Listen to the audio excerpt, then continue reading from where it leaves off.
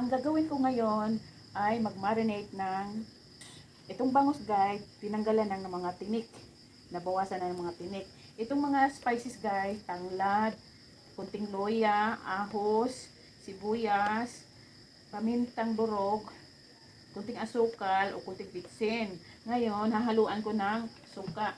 Tansya-tansya lang ito guys. Guys, upat. And then, lalagyan natin ng tuyo. Sarap to pang pakulay. Yung una, suka. At mababad yung isda.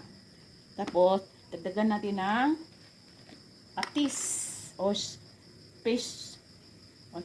Inilas ini anong patis. Kasi malibog na sila sa patis. Pesos na siya. Yan guys. Pwede rin magdagdag tayo ng asin. Ito guys, i-marinate mo to overnight. Mas masarap to. Kinabukasan, iprito mo. Ngayon guys, itong isda, ang laki-laki. Ganun guys. After 30 minutes guys, imo na naman tong baliktarin. Yung nasa ilalim, yun na naman ang nasa ibabaw.